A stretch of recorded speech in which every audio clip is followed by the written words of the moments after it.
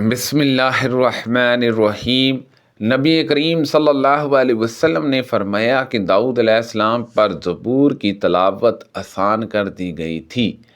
آپ گھوڑے پر زین کسنے کا حکم دیتے اور اس سے پہلے کہ زین کسی جا چکے تلاوت سے فارغ ہو جاتے تھے۔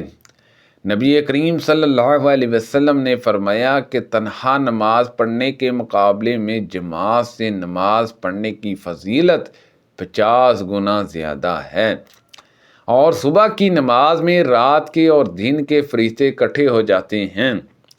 ابو ہریرہ رضی اللہ عنہ نے کہا کہ اگر تمہارا جی چاہے تو یہ آیت پڑھو، یعنی فجر میں قرأت قرآن زیادہ کیا کرو، کیونکہ یہ نماز فرشتوں کی حاضری کا وقت ہے۔ رسول اللہ صلی اللہ علیہ وسلم نے فرمایا کہ جس نے اذان سن کر یہ دعا پڑھی، اے اللہ اس کامل پکار کے رب اور کھڑی ہونے والی نماز کے رب، محمد صلی اللہ علیہ وسلم کو قرب اور فضیلت عطا فرما اور انہیں مقام محمود پر کھڑا کیجیے جس کا تو نے ان سے وعدہ کیا ہے، تو اس کے لیے قیامت کے دن میری شفاعت ضروری ہوگی۔ اس حدیث کو حمزہ بن عبداللہ نے بھی اپنے والد عبداللہ بن عمر رضی اللہ عنہما سے روایت کیا ہے، اور انہوں نے نبی کریم صلی اللہ علیہ وسلم سے نبی کریم صلی اللہ علیہ وسلم جب مکہ میں فتح کے بعد داخل ہوئے تو کعبے کے چاروں طرف 360 بت تھے۔ نبی کریم صلی اللہ علیہ وسلم اپنے ہاتھ کی لکڑی سے ایک کو ٹکراتے جاتے اور پڑھتے جاتے، حق آیا اور جھوٹ نابود ہوا، بے شک جھوٹ نابود ہونے والا ہی تھا۔ میں رسول اللہ صلی اللہ علیہ وسلم کے ساتھ ایک کھیت میں حاضر تھا۔ نبی کریم صلی اللہ علیہ وسلم اس وقت کھجور کے ایک تنے پر ٹیک لگائے ہوئے تھے کہ کچھ یہودی اس طرف سے گزرے۔ کسی یہودی نے اپنے دوسرے ساتھی سے کہا کہ ان سے روح کے بارے میں پوچھو۔ ان میں سے کسی نے اس پر کہا، ایسا کیوں کرتے ہو؟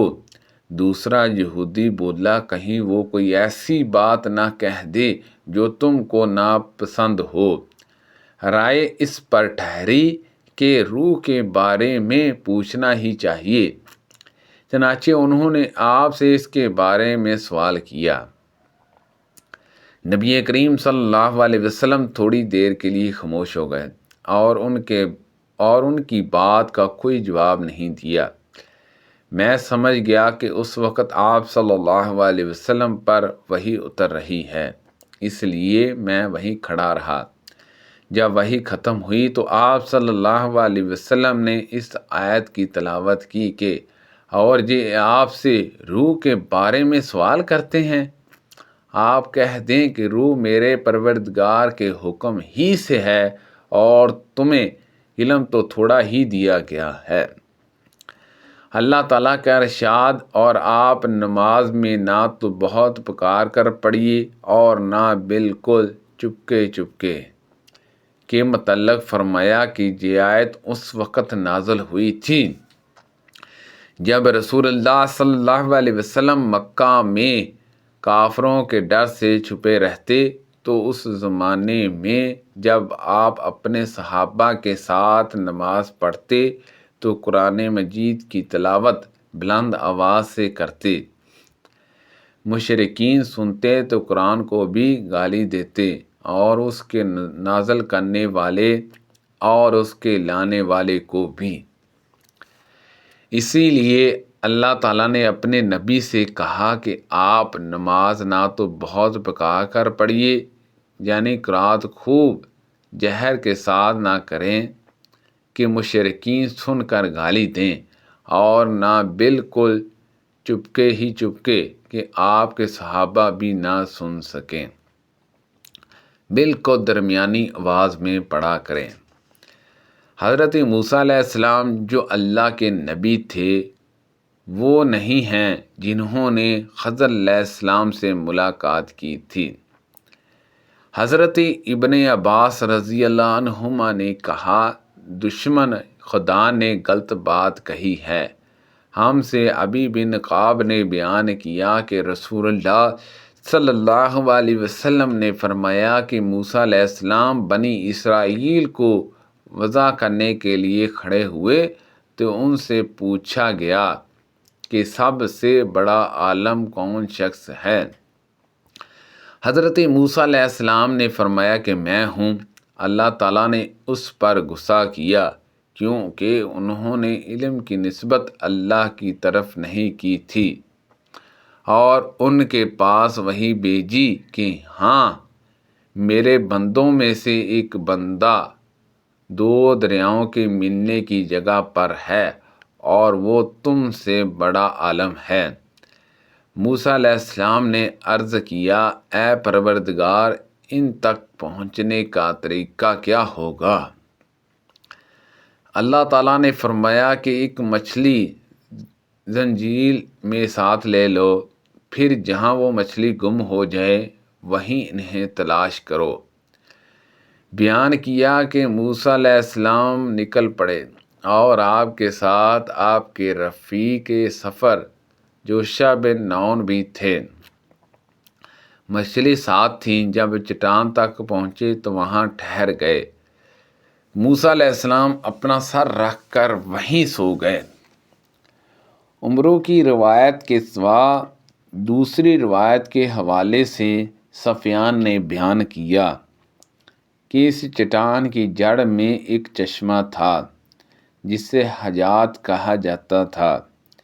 جس چیز پر بھی اس کا پانی پڑ جاتا وہ زندہ ہو جاتی تھی۔ اس مچھلی پر بھی اس کا پانی پڑا تو اس کے اندر حرکت پیدا ہو گئی اور وہ اپنی زنجیر سے نکل کر دریا میں چلی گئی۔ حضرت موسیٰ علیہ السلام جب بیدار ہوئے تو انہوں نے اپنے ساتھی سے فرمایا، قالا لفتح آتنا غدانا، کہ ہمارا ناشتہ لاؤ۔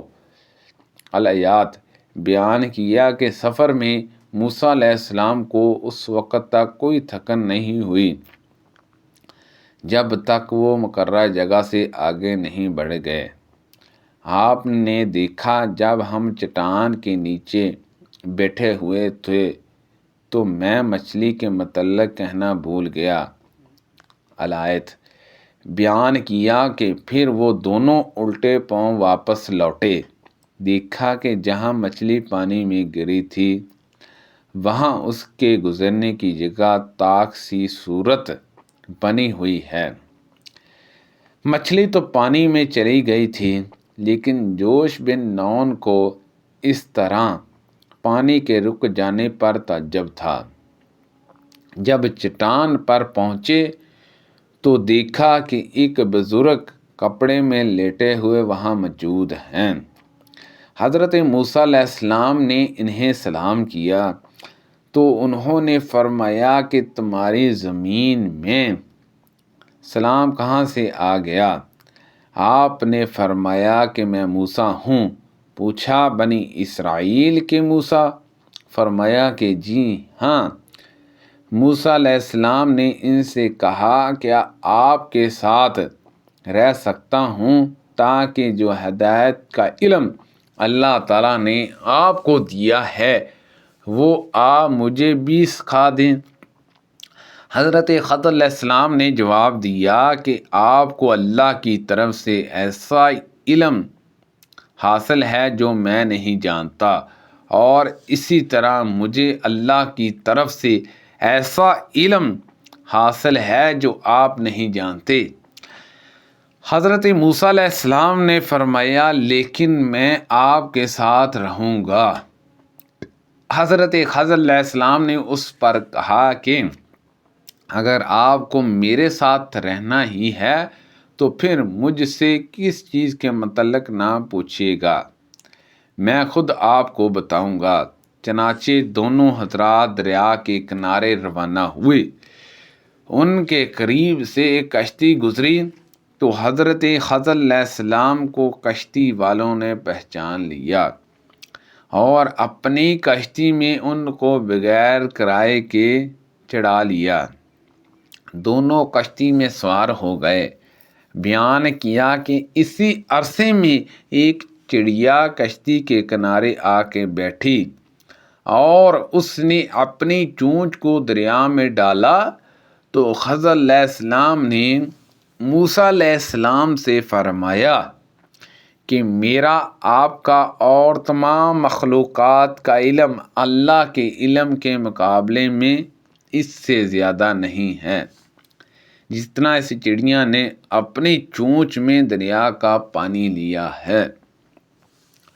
بیان کیا کہ پھر یکدم جب حضرت خضر علیہ السلام نے بسوالا اٹھایا اور کشتی کو پھاڑ ڈالا تو موسیٰ علیہ السلام اس طرف متوجہ ہوئے اور فرمایا ان لوگوں نے ہمیں بغیر کسی کرائے کے اپنی کشتی میں سوار کر لیا تھا اور آپ نے اس کا بدلہ یہ دیا ہے کہ ان کی کشتی ہی چیر ڈالی تاکہ اس کے مسافر ڈوب مریں۔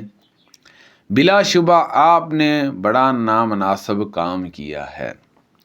پھر وہ دونوں آگے بڑھے تو دیکھا کہ ایک بچہ جو بہت سے دوسرے بچوں کے ساتھ کھیل رہا تھا۔ حضرت خضر علیہ السلام نے اس کا سر پکڑا اور کاٹ ڈالا۔ اس پر موسیٰ علیہ السلام بول پڑے کہ آپ نے بلا کسی خون بدلے کے ایک معصوم بچے کی جان لے لی، یہ تو بڑی بری بات ہے۔ حضرت خضر علیہ السلام نے فرمایا میں نے آپ سے پہلے ہی نہیں کہہ دیا تھا کہ آپ میرے ساتھ صبر نہیں کر سکتے۔ اللہ تعالیٰ کا ارشاد ہے پس اس بستی والوں نے ان کی میزبانی سے انکار کیا، پھر اس بستی میں انہیں ایک دیوار دکھائی دی جو بس گرنے ہی والی تھی۔ خضر علیہ السلام نے اپنا ہاتھ یوں اس پر پھیرا اور اسے سیدھا کر دیا۔ حضرت موسیٰ علیہ السلام نے فرمایا ہم اس بستی میں آئے تو انہوں نے ہماری میزبانی سے انکار کیا اور ہمیں کھانا بھی نہیں دیا، اگر آپ چاہتے تو اس پر اجرت لے سکتے تھے۔